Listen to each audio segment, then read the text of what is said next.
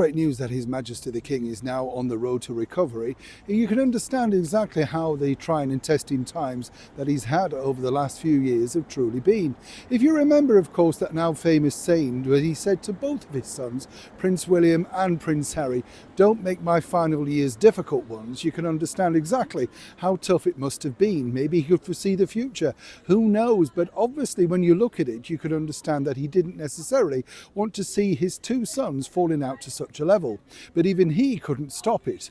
But there was one thing that truly angered His Majesty the King regarding Meghan Markle. Truly, when you think about it, you have to be incredibly dim not to realise that this was possibly the worst faux pas that you could possibly hand over to His Majesty at that very difficult time. As ever, let me explain. Morning, lovely to see you today. Yes, I'm talking to you. You're right. Not bad, thanks. By the way, lovely comments regarding Dana Gillespie, or Dana as she likes to be called, Gillespie. I know, what a lady, what a life, as somebody wrote. It's interesting, isn't it? Because you meet these people, and I'm so lucky in this job to have interviewed so many wonderful people like that, and they fascinate me far more than the current celebrities that you get presented with. Oh, Neil, could you interview this person? You think, no, these people have stories. There's a woman that's enjoyed afternoon tea with John Lennon, met so many famous people, the Rolling Stones, Bob Dylan. She lived through the swinging 60s, a beautiful girl who literally took the world and what it had to offer, and what a life that she continued to lead, and still making music to this day. That's what I love about people like that. It's seemingly that generation, I know, well, I'm not actually a 60s, but you know what I mean. Those people, they still have that bite for life.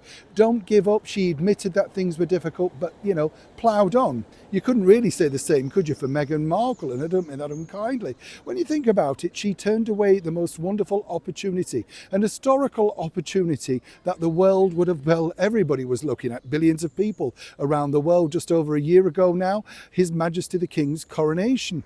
And when you think her excuse, the lamest, of course, of excuses, was the fact that she couldn't come because it was her son's birthday and she was baking a cake. What a smack in the teeth to a man that had been very generous to walk her down the aisle when her own father allegedly wasn't able to do so. But that again is very debatable, I'm sure we'll all agree.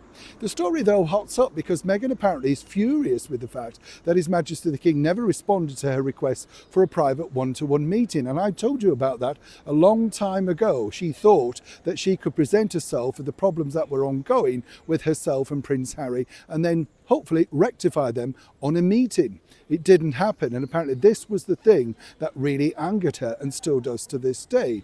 The one thing you have to think about is this though. According to a well-placed source, His Majesty the King was very concerned about Prince Harry on Coronation Day. Nothing about what might go wrong or whatever, but he felt sorry for his youngest son having to be there alone. The problem is protocol states where you can sit, what you can do. That's the deal. That is what they stick to. That's what the royals actually do live for. It's not like you and I with the family where you forgive and move on. There are royal protocols in place, and there are certain things that you can't do. Interesting, you see, because what basically His Majesty the King felt was that if Meghan had come along, there would have been somebody there to support him. He knew that Harry had problems. He knows the mental situation that Harry's gone through, obviously firsthand, long before Miss Markle. And he feels, according to that very well-placed source, and as ever, I have to say allegedly, but the people that I know and I'm pictured with, that the bottom line is he just couldn't believe that she would leave him so alone on such a prestigious occasion. Not for him, but more so for Harry himself. Now, whether Harry sees that or not remains to be seen. But that is one of the reasons, I am told, why the King has simply washed his hands of any association moving forward with Meghan Markle. Interesting, I'm sure you'll agree. Neil Sean in the very heart of London.